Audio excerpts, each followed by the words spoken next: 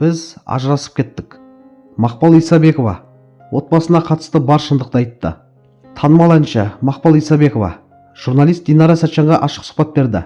Бұл туралы SN.kz ақпарат порталы хабарлайды. Ол отбасына қатысты қауесеттерге нүкте қойды. Әнші күйеуімен ажырасып кеткенін ресми түрде мәлімдеді. Біз ажырасып кеттік. Бұл менің өмірімдегі ең ауыр, ең қиын жүктілік болды. Сынаққа толы болды, деді өнер иесі. Ол жақында ғана Салқын атты әнін жарыққа шығарған еді. Әннің мәтініне қарап, көпшілік оның ажырасып кеткенін болжады.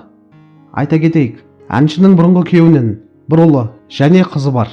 Қадірлі көрермендер, әр отбасының ішінде сырт көзге көрінбейтін өз қиындықтары болады.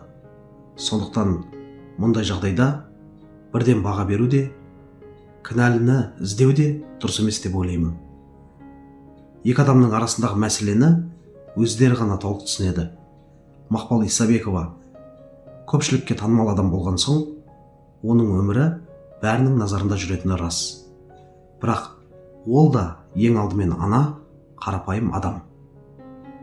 Ажырасу кез келген адам үшін ауыр шешім. Әсіресе балалары бар кезде оңай болмайтыны түсінікті. Ең бастысы, әркім өз өмірін тыныш жалғастырып, балалар аман есен өссе екен. Өнер иесіне де сабыр, күш-қуат тілеймін. Алдағы өмірінде бәрі жақсы болсын деп тілейтіндер көп шығар деп ойлаймын.